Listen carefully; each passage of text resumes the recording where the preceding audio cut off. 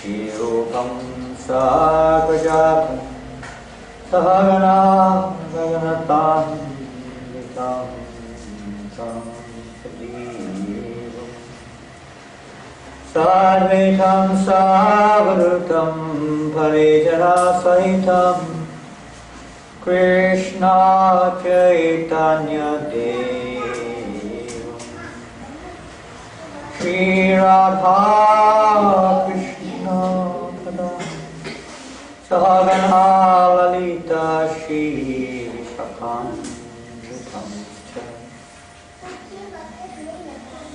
He Krishna Karuna Sindhu Dinabandho Jagatpate Gopesha Gopika Kanta Radha Kanta Namostute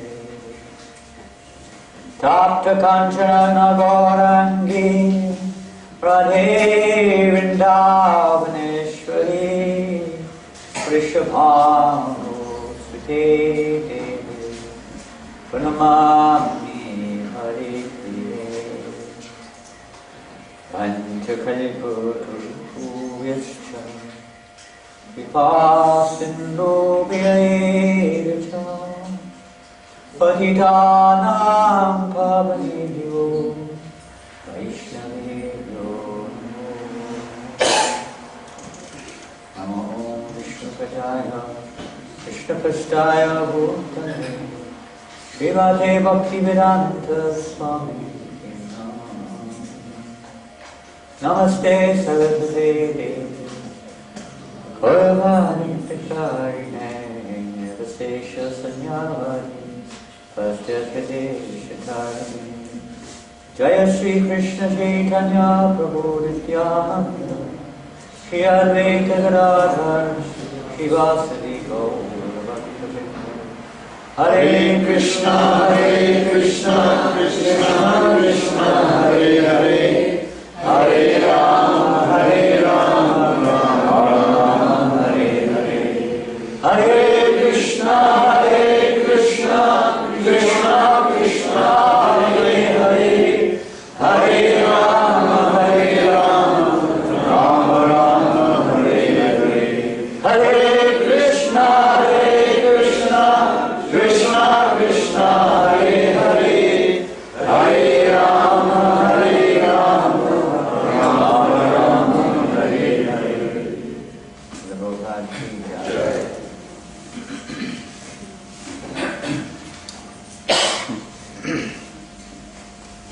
I presume this is the marker. Is that what it means? The verse you're reading from? No, it's not. But we're reading from Bhagavad-gita. So if everyone please take out your Bhagavad-gitas.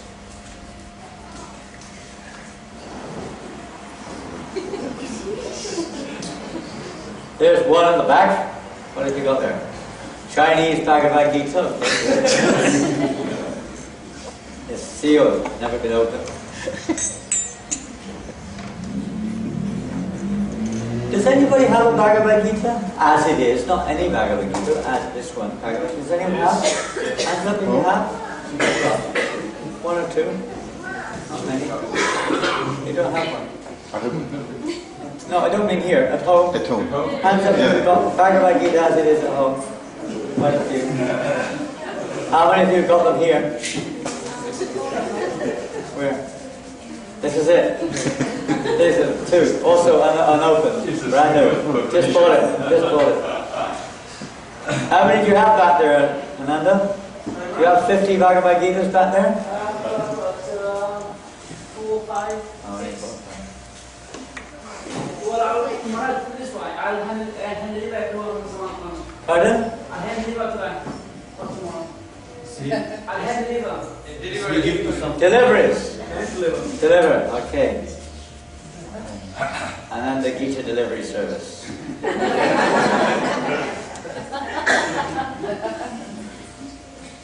Good service. Yes, of course. But well, anyway, you haven't got your Gitas with you, so there was no warning. But it's nice. I don't know if you have Bhagavad Gita class here every week, do you? Is it usually Bhagavad-gita you speak on? Yes. Every 2 weeks. Pardon? Every 2 weeks. Every 2 weeks here? No. Once a month here, once a month. So I think once a month. It's nice if you're coming, and I know many of you are, it's nice to bring your Bhagavad-gita. Isn't it? Very good idea. It's like, you don't go shopping without your credit card, do you? Or money or something, do you? Maybe the husbands purposely go without them sometimes. I left my wallet. Left your wallet.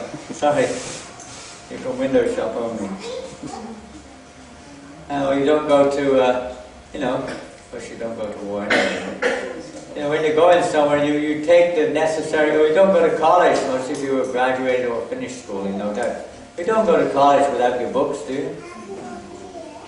You take your notebooks. Where are your notebooks? Get your notebooks out.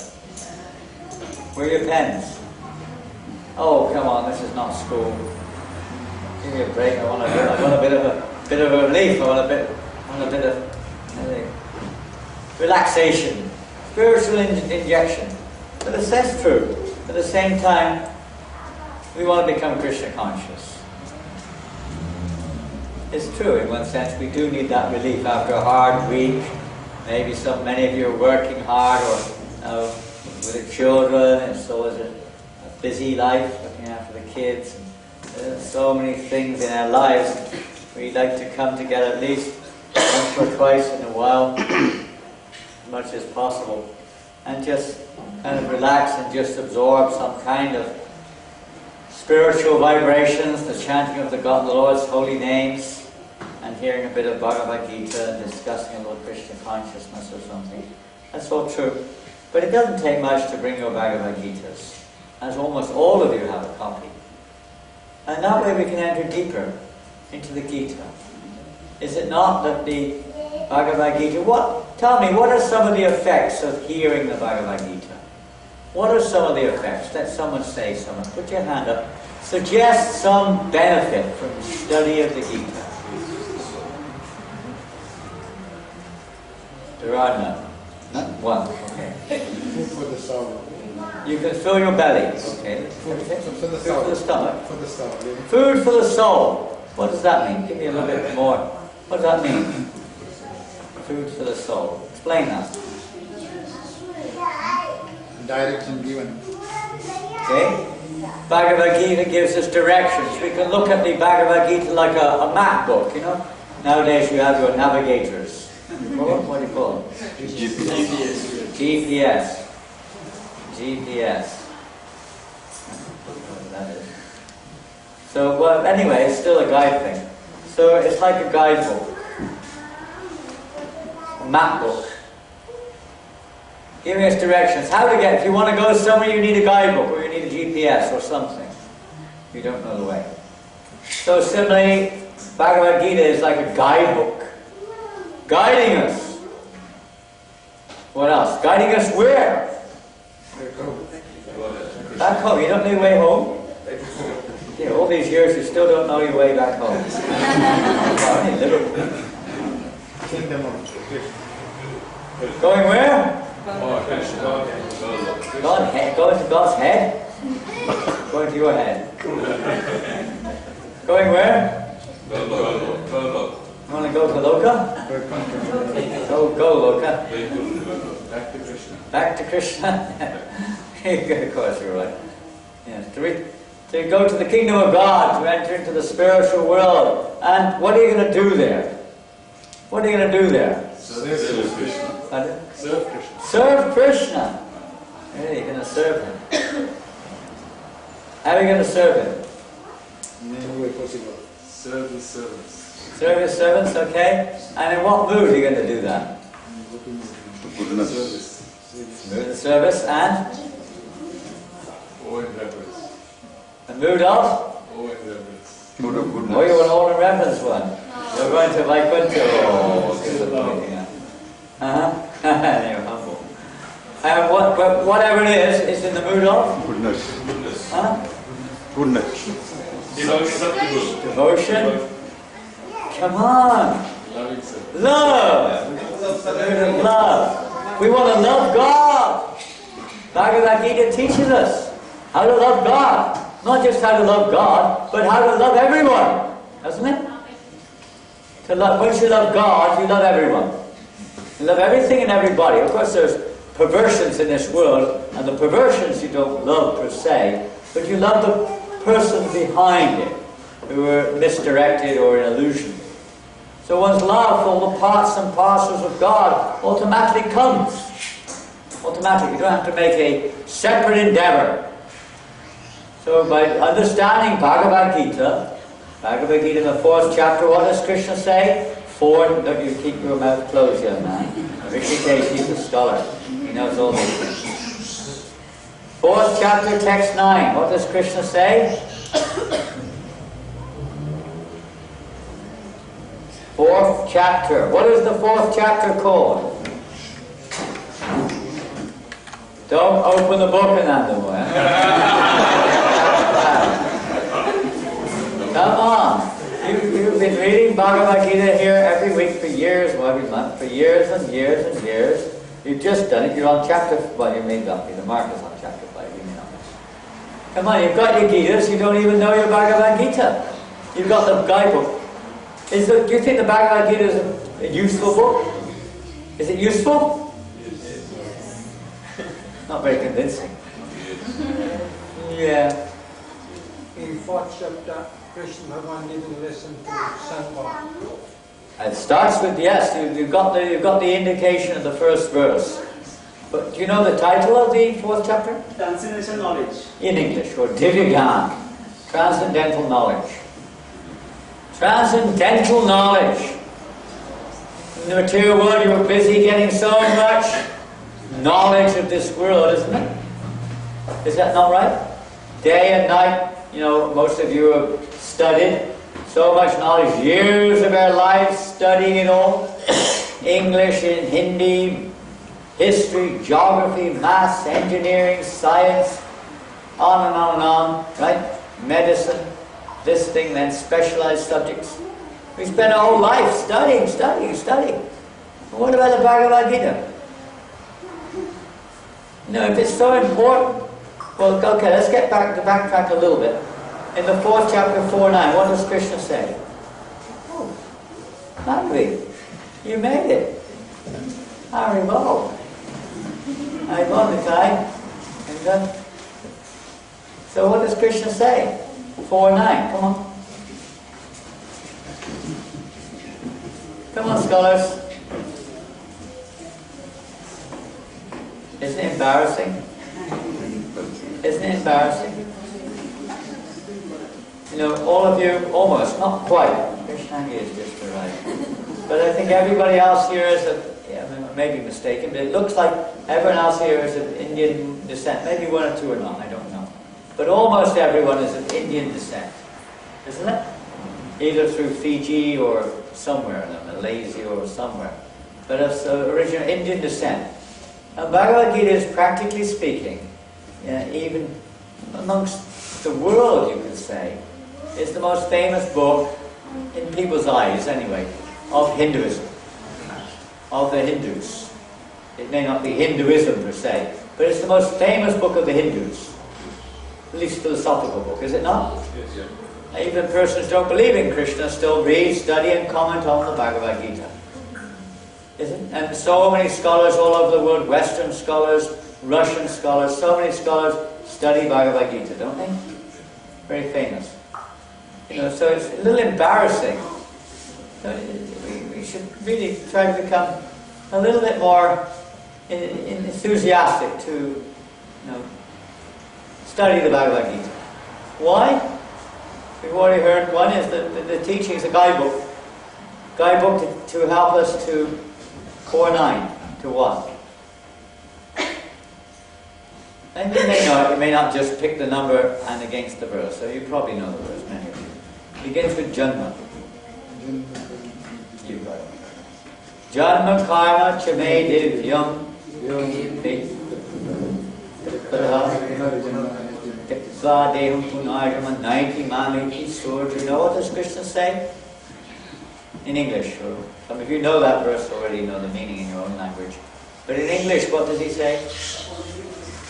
Those who know my transcendental Yes, those who know the transcendental nature of my appearance and my activities. His appearance is transcendental.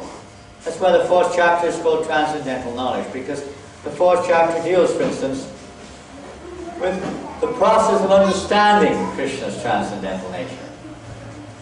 It's one thing to describe it. You can describe anything, but we've got to have the means to understand it, to enter into it. You may have the knowledge how to go somewhere, but you have to go there.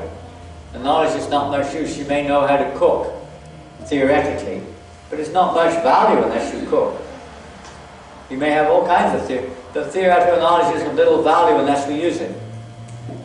In this fourth chapter, Krishna gives to Arjuna the explanation of what is the process of understanding Krishna's transcendental nature. As you said, the chapter begins with Krishna explaining basically the process. What is that? What is that process? Yes, it's to hear evam paramparam praptam imam rajasho viduhu. It's to hear from the parampara. It's to hear knowledge, direction.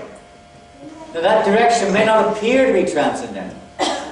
It may not appear to be. It's just like you go to school. You know, you're studying law.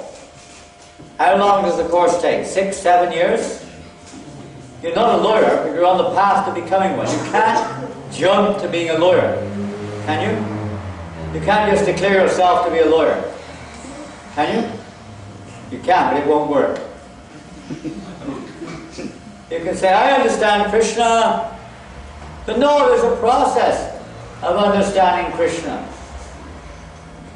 To understand Krishna is very confidential. What does he say in the 9th chapter? 9.2. And I'm just flicking through the book there. 9.2. Come on, boys and girls.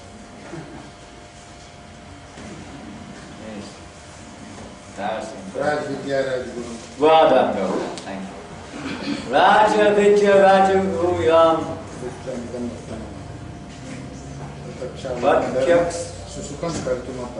Pratyakshavadamam Dharmyam. Pratyaksha. Seen is Raja Vidya Raja Guyam. This is the king of knowledge. It's the king of all knowledge. So much knowledge, and we're missing the king. If you know the king, you don't have to worry about anything else. Right? He'll provide everything. So this knowledge is the king of all knowledge. If you know this Bhagavad-gita, that's really the essence of all knowledge, at least in airplane. All the other knowledge is of no real value. It's just knowledge pertaining to the temporary world. It doesn't help the soul. The knowledge or the teaching of Bhagavad-gita is for the soul. It's Raja Vidya, the king of all knowledge. And it's Raja Guya. What does Raja Guya mean? Very secret. Most confidential, but there it is. Anyone can read it. What is so confidential? What is confidential is to understand it. To realize it. Pratyaksha. Pratyaksha means you directly see. Seeing directly. How do we see directly? How did Arjuna see directly? Of course, he was seeing universal form, and also two-armed and four-armed form at the end too. But how did he see directly?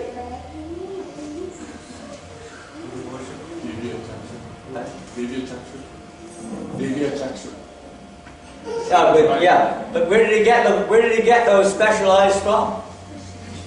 Krishna gave it.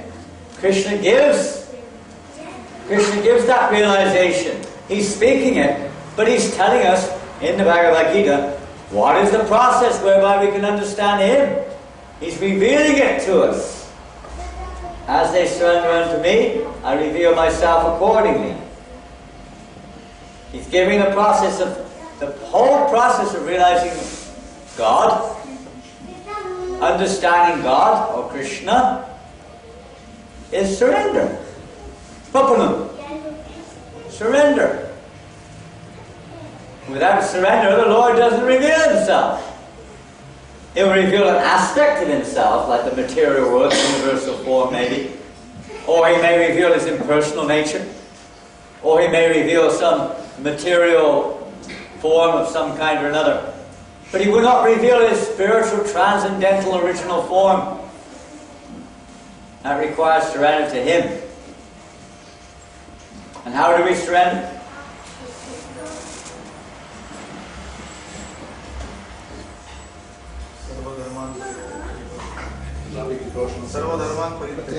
Okay, we're going kind of up the scale a bit there.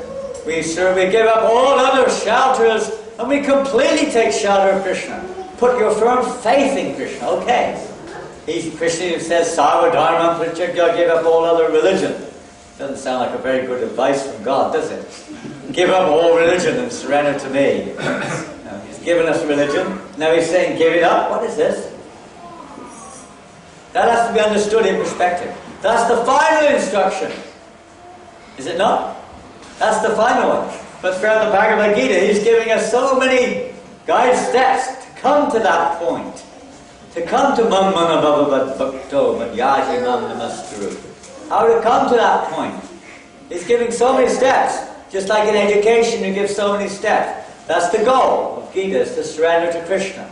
And Krishna will reveal everything.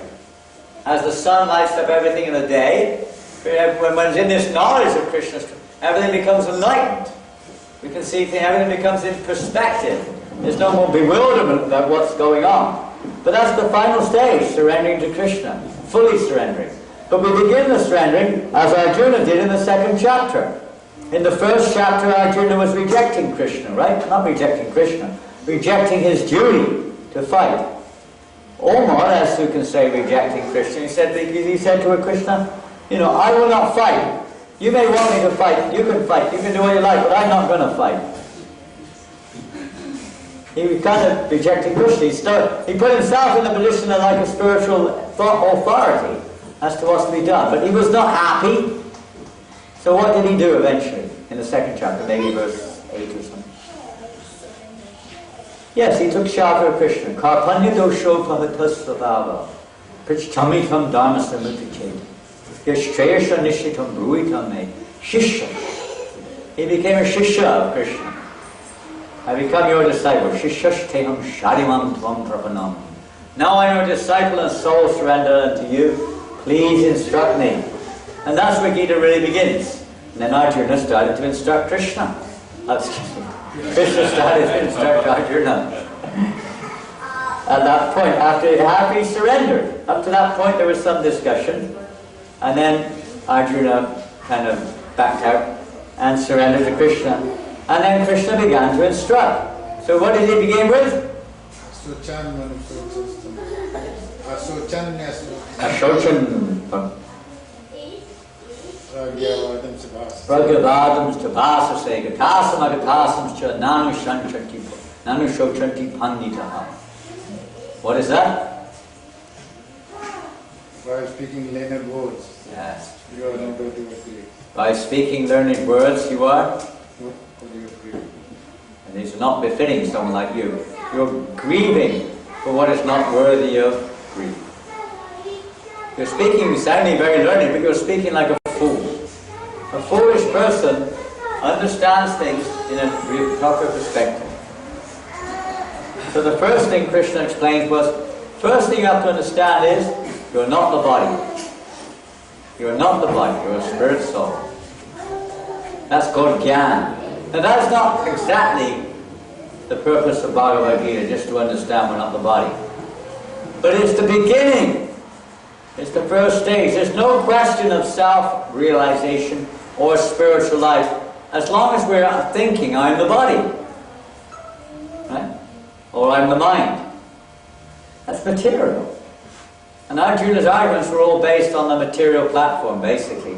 What will happen to the body and family relationships and attachments of this world, compassion of the material nature, etc. And then Krishna, after explaining Arjuna, you're not the body, you're a spirit soul. You're never going to, soul never dies, soul is eternal. Only body dies, body is like dress. Then he describes what? Then he explains karma.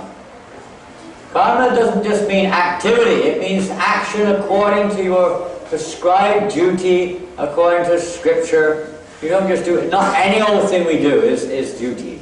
I mean, we may call it like that. But real duty is according to the Varna ashram system, according to one's nature, guided by the Vedic literatures or scriptural injunctions. That type of activity will gradually purify us, because it is following the directions of the Vedas.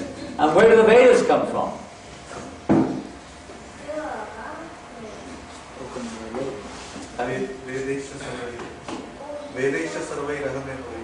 They come from who? Krishna.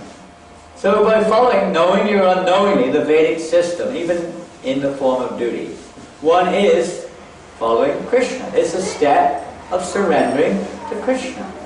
And he goes on, of course, in the second chapter to describe that activities, and then becoming detached, and then becoming Krishna conscious, and so on and so forth. But following this path of the Vedic literature is a step towards surrender to Krishna. So that's just one example. Gradually, by doing that, one will gradually become purified in heart.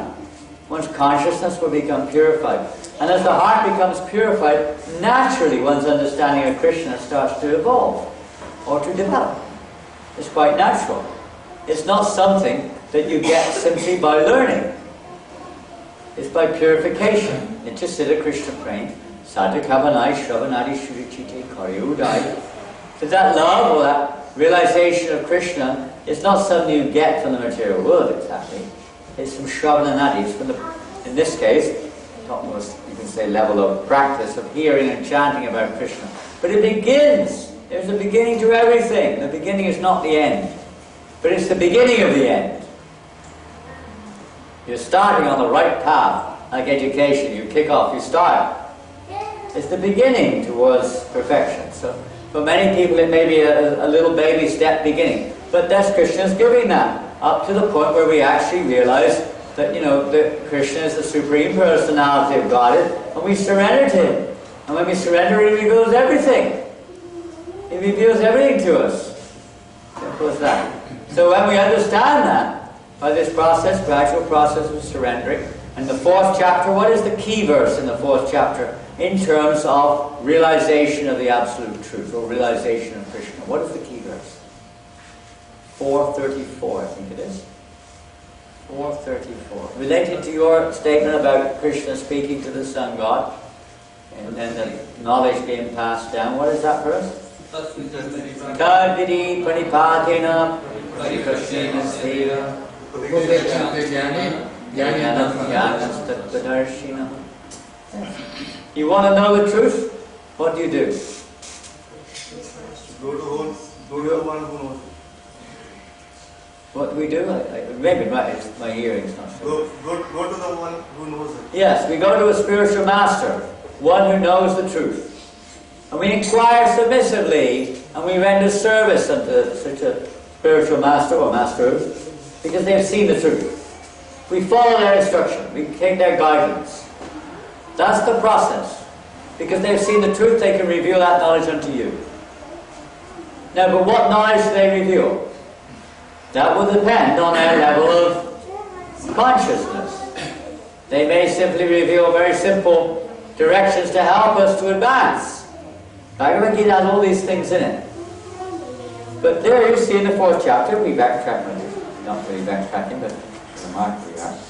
If we go to the fourth chapter, Transcendental Knowledge, about text 39. I'll just read some verses after that, 34.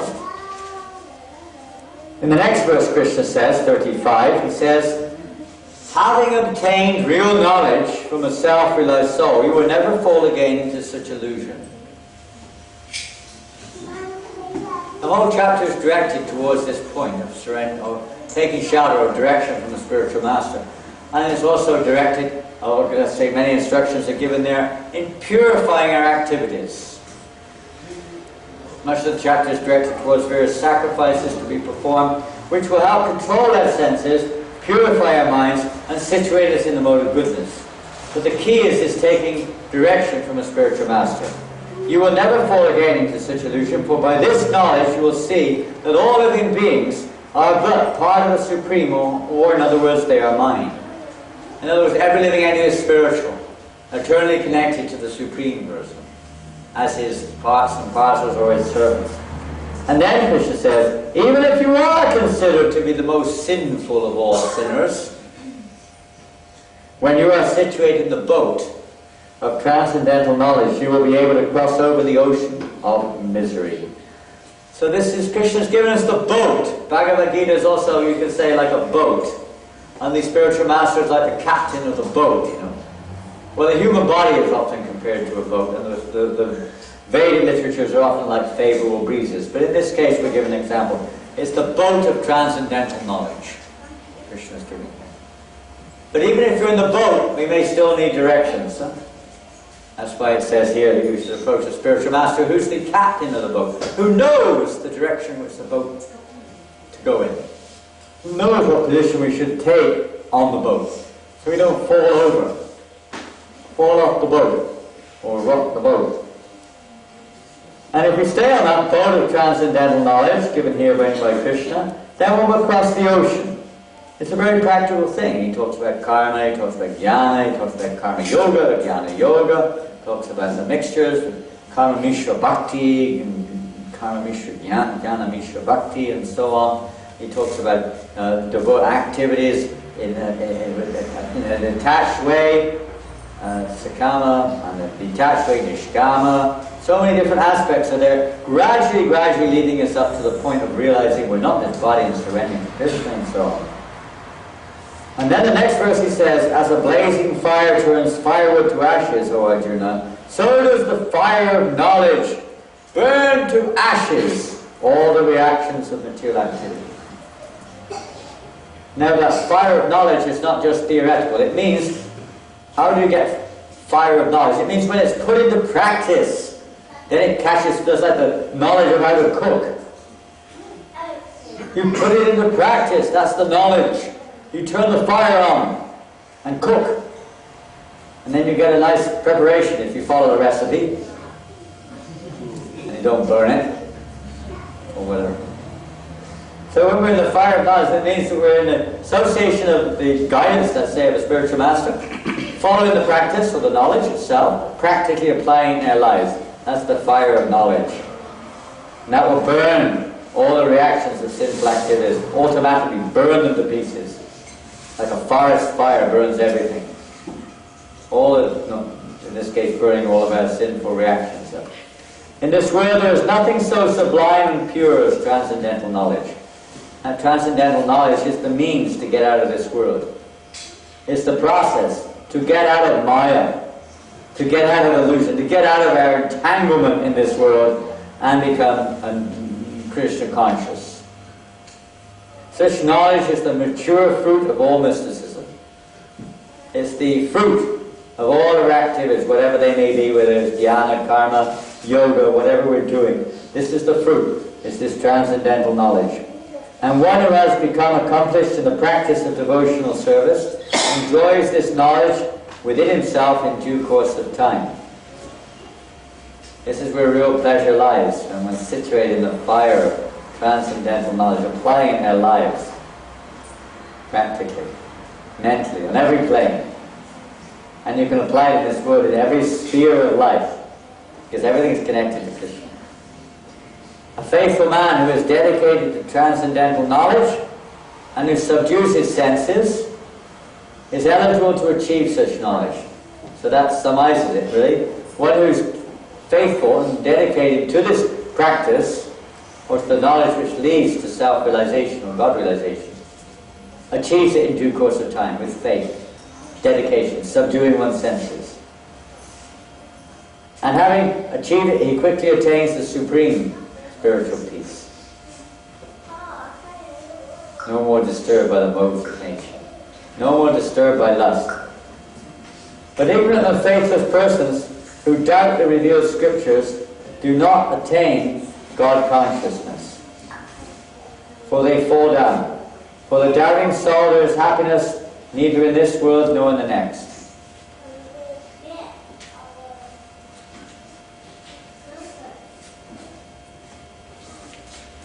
one who acts in devotional service, renouncing the fruits of his action, and whose doubts have been destroyed by transcendental knowledge, is situated factually in the self. Thus he is not bound by the reactions of work or conquer of riches. Therefore, the doubts which have arisen in your heart out of ignorance should be slashed with the weapon of knowledge, armed with yoga. O Arjuna, O Bharat, stand and fight. We have to be armed with yoga. Krishna is giving us the means to overcome the doubts of this world. Arjuna have any doubts. Krishna is, but with knowledge, he's removing Arjuna's doubts and convincing him that his duty to fight, but not just to fight, but to fight in consciousness of Krishna. This is the path which we have to pursue. Performing our activities in life but becoming conscious of Krishna. And gradually coming to devotional service, step by step by step. That all of our activities will be performed in love of Krishna. Patram pushpam balam doyam. Yome bhakti. To come to that platform. Doing what we're doing for Krishna's pleasure. This is very confidential knowledge. It sounds easy, but to actually come to that platform and to act in loving service to the Lord is very confidential. Very confidential. Most people do not understand this. But this is the secret of the Bhagavad-gita. The 4th chapter is giving us the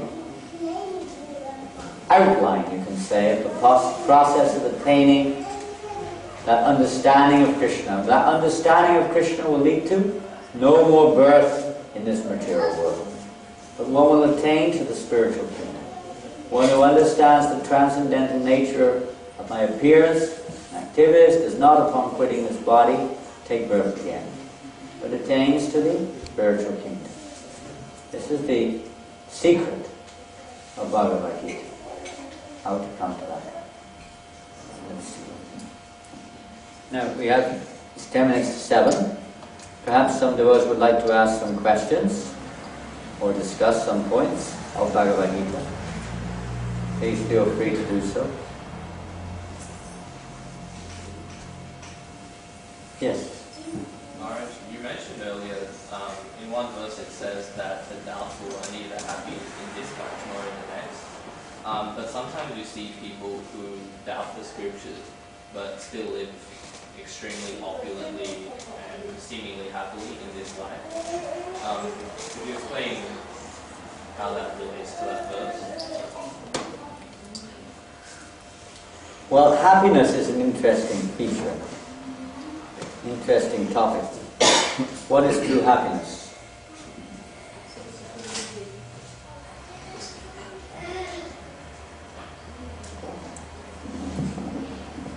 Real happiness will be not mixed with any fear, with anything which will cause any future distress, any present distress to oneself or to others. It will be a permanent feature, so to speak. It will not be interrupted by time. But the material world, the happiness of this material world, even though, according to karma, you may get a little relative happiness, sukha, but everybody knows you also get dukkha. It's not a question of rich or poor. Rich people get dukkha too. They get more sometimes. Just being rich doesn't in any way guarantee happiness. It's a mental idea, but it doesn't mean you'll get it. And being poor doesn't mean you'll be miserable either. It doesn't depend on that in the material world. But it's not real happiness, it's flickering, it's flickering, it's a reflection of real happiness. So there's no permanent happiness in this world because fear and loss, time is always operating, taking things away, changing things, And karma is always in action. Although we may have some good karma, we have some bad karma. Nature is material dukkhalema shashvata, and you can't maintain a state of all happiness in this world. It doesn't exist. Even abhamam bhuvanaloka punarvartano, even the higher planets, fear is still there. So fear is always lingering in the background. There's no true happiness within this world at all. Because the basis of our happiness in this world is temporary. The basis of our happiness in this world is fallible. And it's not even secure in terms of guaranteeing us happiness, even in the short term. So in that sense, there's no real happiness, although there appears to be, relatively speaking. Now, in another angle, happiness is a relative thing in this world compared to one person to another. But no one is fully satisfied because they're always hankering for more. And their activities are guided by lust and greed, and sometimes anger comes in, and envy and jealousy and so on. They're always motivated and mixed with other things. So it's a very relative thing. This person looks happier than me, and they're thinking this person looks happier than me. Who is really happy in this world? No one's satisfied fully. No one's fully satisfied. No one's fully satisfied. There's no real full satisfaction. No matter how rich or famous or influential one may be in this world, there is still dissatisfaction. There's still disappointments, failure, fear, anxiety, always there mixed in, no matter what it is. So that's the nature of being in this material world. There's no complete satisfaction available in this world, no matter what we get. No matter what we get. The real satisfaction is of a different nature entirely. The real happiness is that which is actually when the soul is completely satisfied, fulfilled. As long as, like a fish out of water, it may sometimes satisfy the fish out of water to some degree, by some artificial means. But only when the fish returns to the water will it actually be satisfied. So for the soul, only when we're in our normal constitutional position will the soul be actually fully satisfied.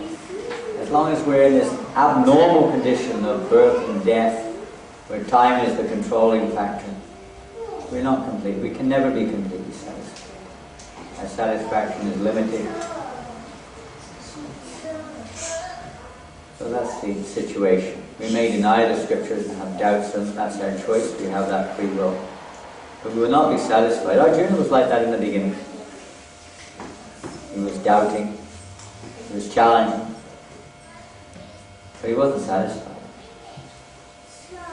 So he may doubt, but that's up to us. So that doesn't mean to say that there will be satisfied. Satisfaction in the beginning also in spiritual life may not appear to be particularly manifested. But the path of practice, the path of perfection, or the path of leading to, we may not believe it, but what have we got to lose? The material path itself is, for sure, is a dead serpent. That is going to be a failure. There's no question, that's guaranteed. But Krishna is guaranteeing that if one follows this path, that one will attain that state, based on the spiritual path, not material, temporary material objects or achievements.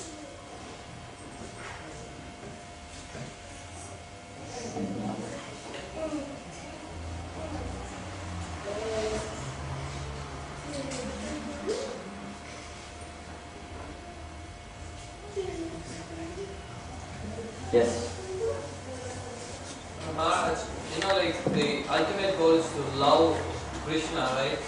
But in the material world, because we actually see people, we move around with them, we share things, we can develop love easily. But to develop love for Krishna is really hard because you're not seeing face to face. That's why we have, well, we have in some ways that we're not seeing Krishna.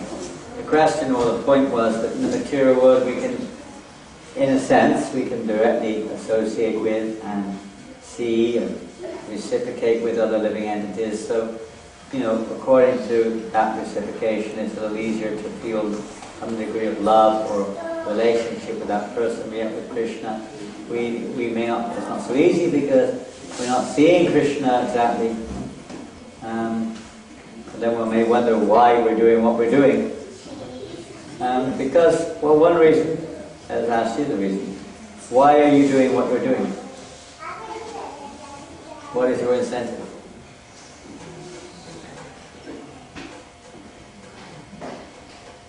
To Krishna? Or? I don't know. Are you feeling you're doing it for Krishna, or is there another incentive? The initial incentive is just to feel happy. Like, I don't want the sadness to come to my life, so I just do it for my happiness. Maybe an initial reason, you feel some happiness there. You feel some happiness.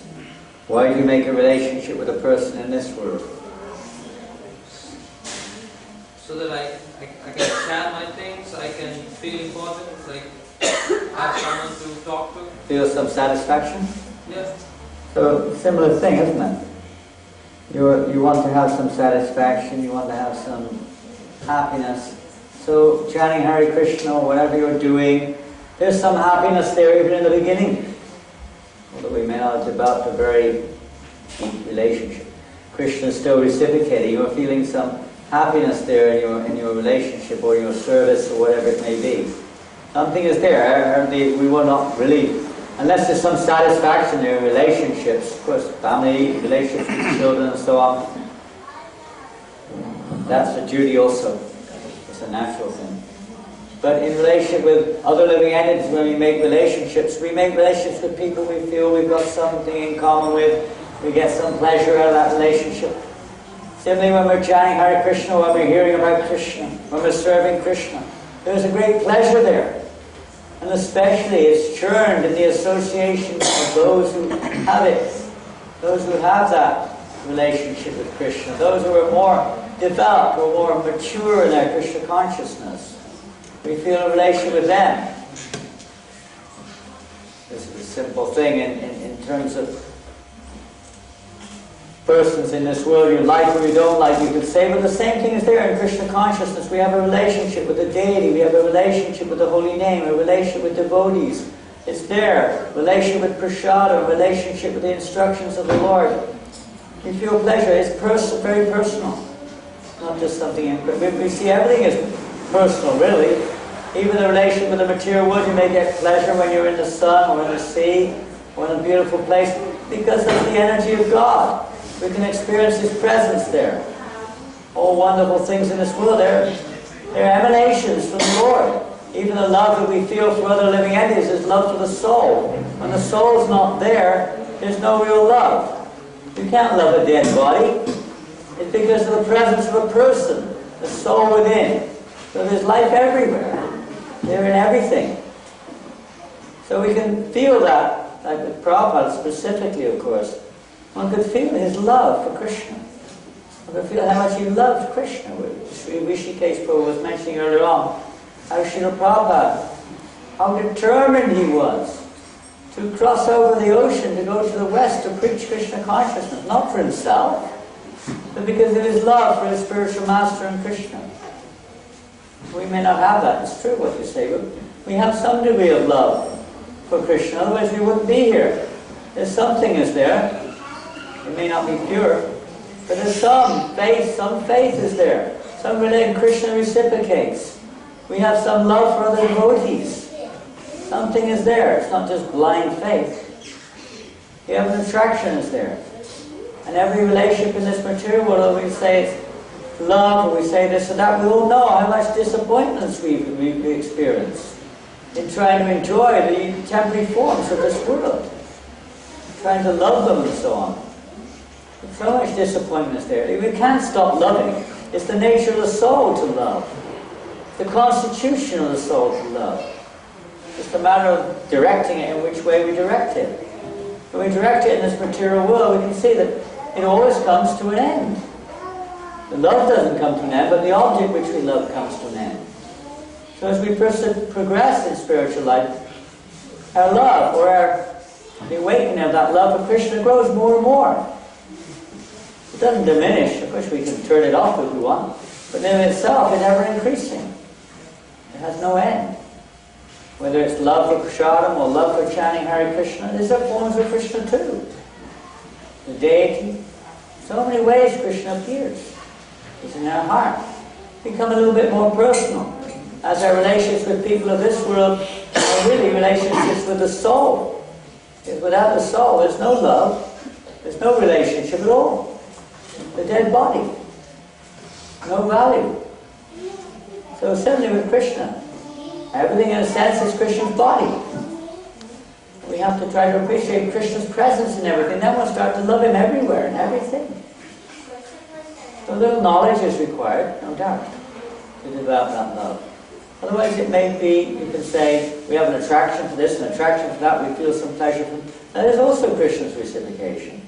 But if we really want to love, then of course we have to become a little bit more personal. We have to become a little more conscious of Krishna's presence in our heart. Krishna's presence, providing everything for us.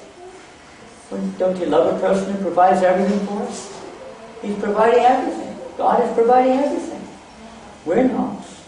He's providing everything. And He's reciprocating. Even if we don't reciprocate with Him, He still gives. Why should we not love such a person? Whatever we may call it. And if you make a little effort, we'll experience that. We can't actually see the person in the body either. You only see the body. So the whole creation is like the body of the Lord. Try to see that. How the Lord is present in everything. As the soul is present in the body, and because of the soul there we love the body. If the soul's not there, there's no love for the body. Present the soul, which is what we can. We can't see the soul, but we love the body because the body is attractive. The body of the creation is attractive. Try to see it as Krishna there. The presence is the soul, the supreme soul, the Paramatma, the super soul within the heart. Bhagavad-gita Vishnu, the soul of the universe. Try to see how this is also Krishna's body. This way we can see or feel Krishna's presence. Chanting His name, He's present when we chant Hare Krishna. We feel some tremendous reciprocation from the Lord.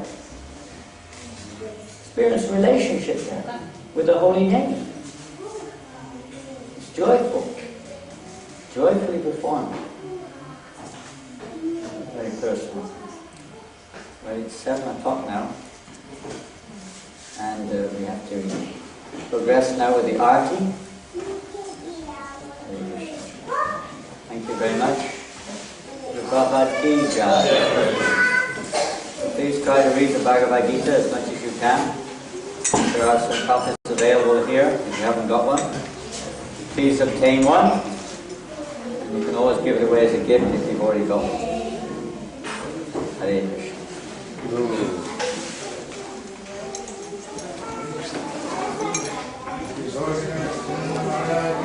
Jai. Spirit करेंगे जी